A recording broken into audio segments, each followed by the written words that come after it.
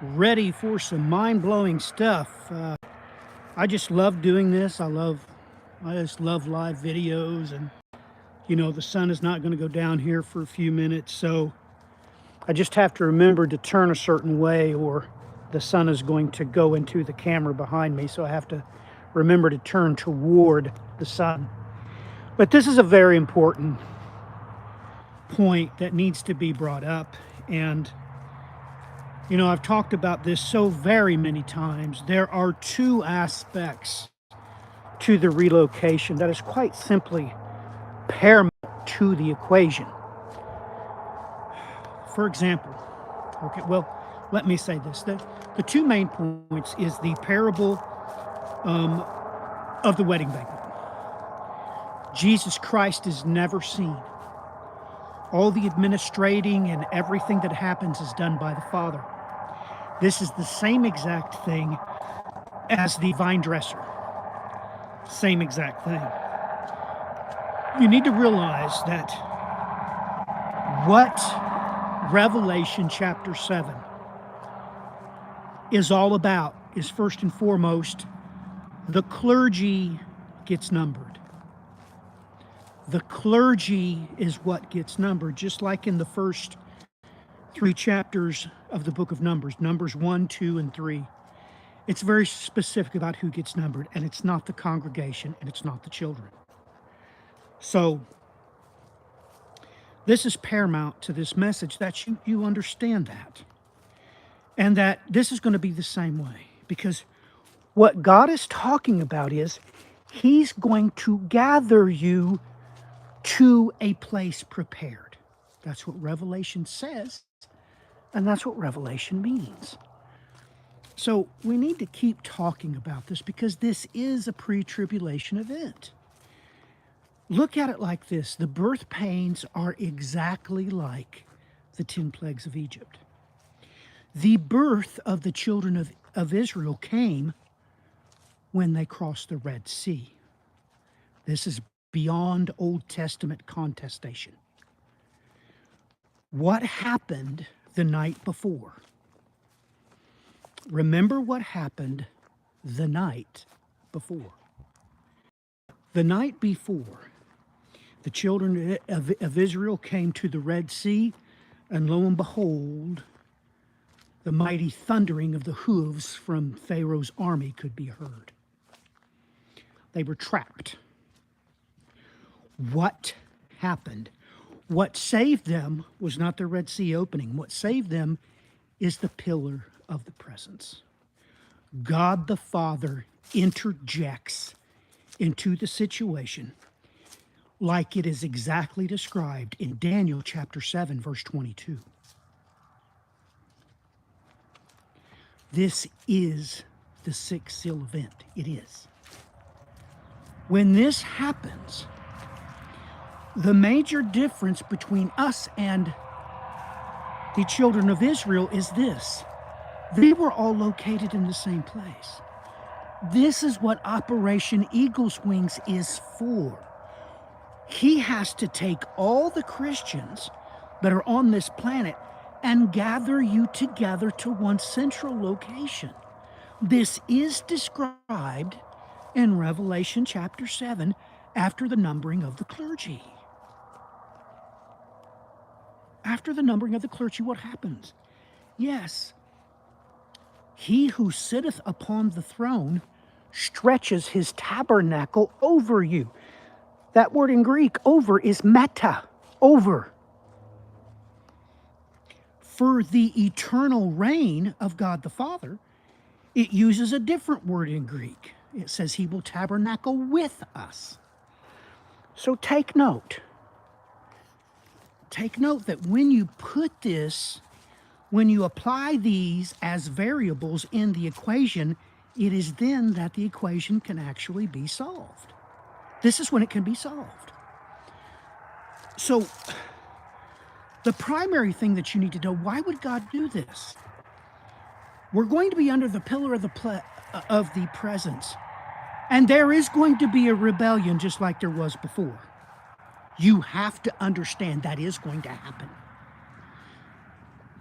even though you would consider it a psychosis, what kind of crazy Christian would be transported by an angel to a specific point, and then all the Christians are gathered there together, and these people rebel? Well, look this up. This is a historical fact. God says the children of Israel tested him 10 times.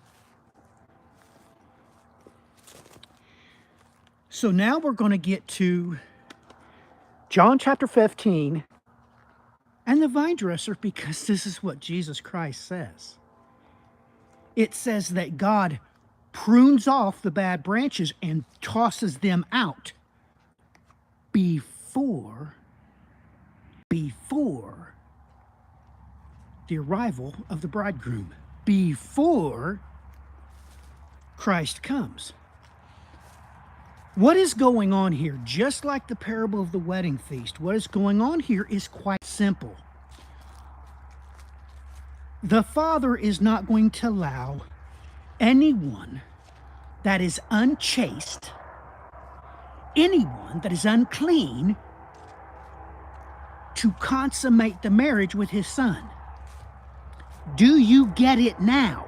Do you get it now? This is what he's getting ready to say in John chapter 15. So please, line this up with Matthew chapter 22. The parable of the banquet is exactly like this one. It says the same things. So,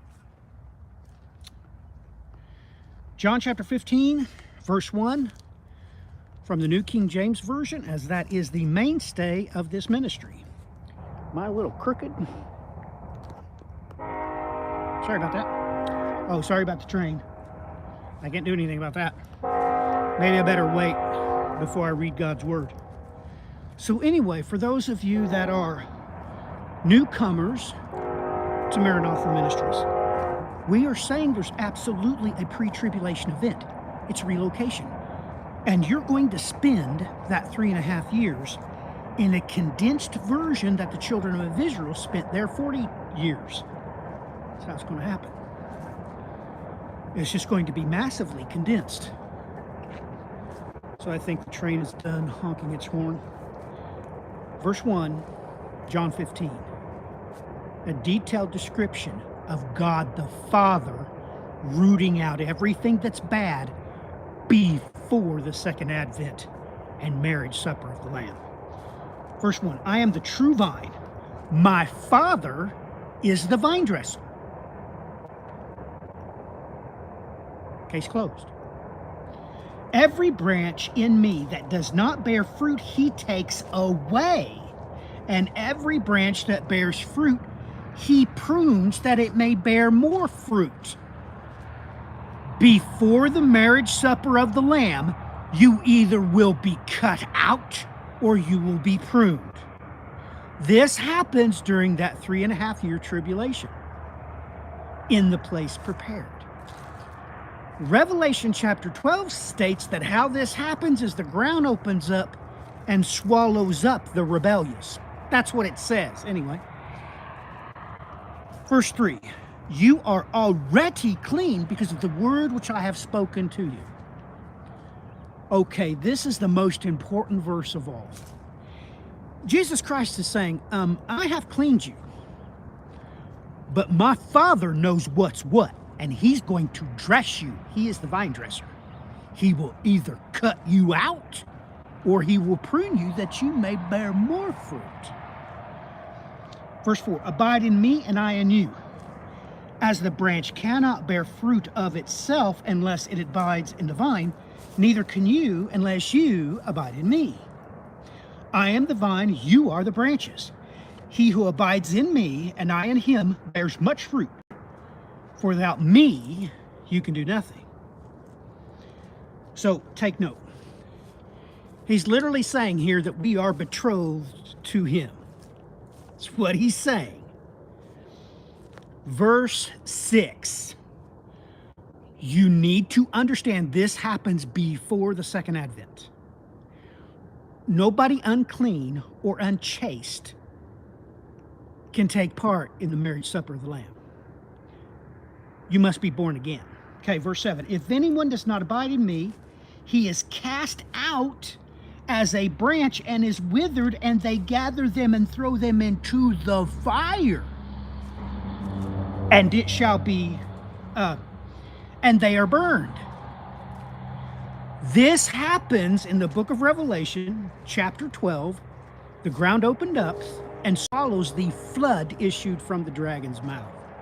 This is exactly what happens in the book of Numbers, of course, Numbers chapter 16. Same thing.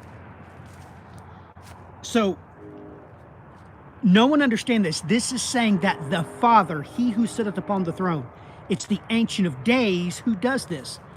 And this is exactly what he's done before. This is exactly what he did during the 40-year wandering in the wilderness. This is exactly what he did. Take note. All the rebellious people, the Bible states very clearly, he scattered them in the wilderness, the New King James Version says. Okay. Verse 8. By this my Father is glorified, that you bear much fruit, so you will be my disciples. This is saying the exact same thing that the parable of the wedding feast states. It says God the Father is going to take care of business. He's going to root out the rebellious before the second advent and the ensuing marriage supper of the Lamb. No one unclean, no one unchaste will enter the millennial reign of Christ. This is the pre-tribulation event. This is where you spend the Great Tribulation. This is exactly what happened to Egypt.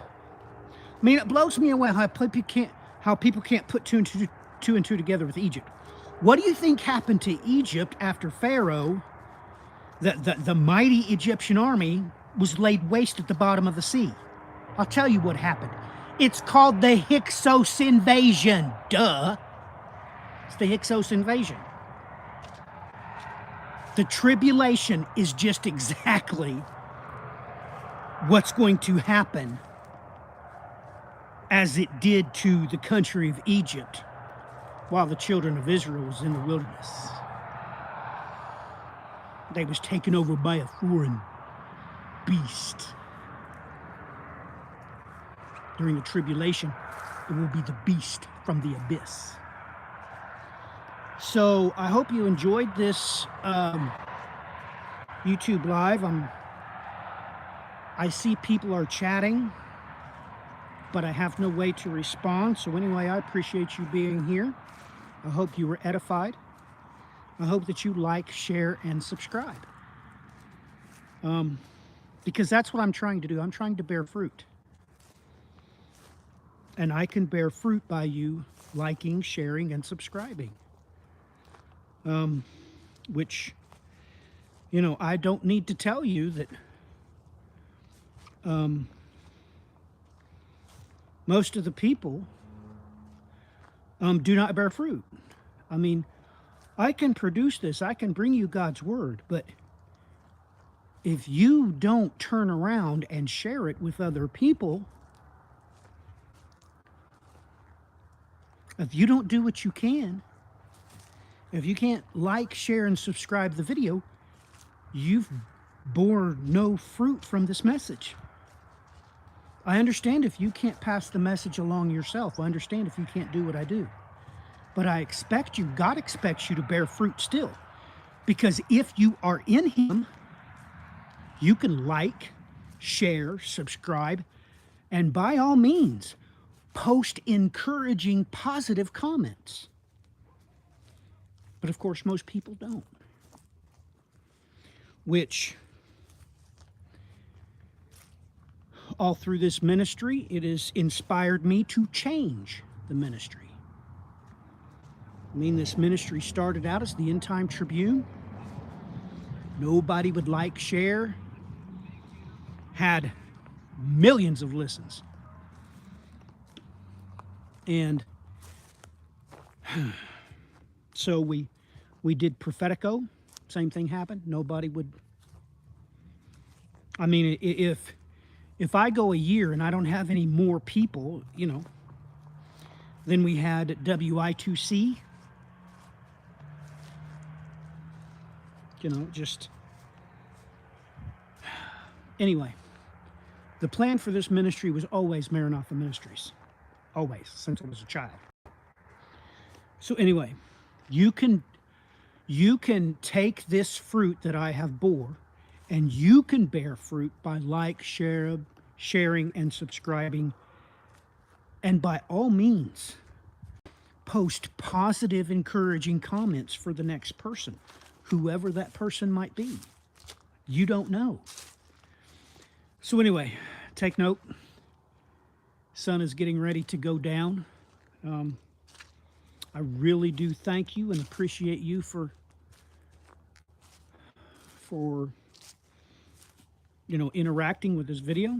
If you came to the live, I thank you for it. I know that this is a very confusing concept because all of the clergy have done nothing but obfuscate the message of God's word. That's all they've done. But I've done thousands of hours about the bad shepherds and the corrupt clergy. I've just did thousands of hours on it. If you want more about that, do a Google search, Maranatha Ministries, and the Slaughter of the Shepherds series. This is who, well, like I said, the first 8 verses of Revelation chapter 7, clergy being numbered. If you read Numbers chapters 1, 2, and 3, you'll understand what's going on. That's why the congregation is never numbered. Only the clergy, the heads of the congregations. That's who's numbered. Of course, they are left to face the beast. And of course, they have a choice. If they get beheaded, they will take part in the first resurrection. They do not get to be the bride of Christ. They don't get to be the bride of Christ. They have to rule and reign with him. We are the bride of Christ, the congregation. We're on a permanent honeymoon. They have to work for it.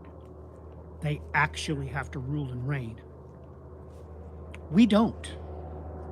We, the congregation, we don't have to work. This is how we're protected during the millennial reign of Christ. Because those of the first resurrection are protecting and defending us. Why do they have to do this? Well, Zechariah states very plainly that it's only the soldiers that die at Armageddon. Why is that important?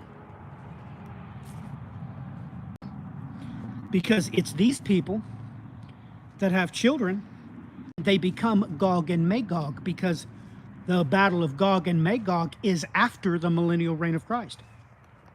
Thus saith the Lord. That's beyond contestation. The word said.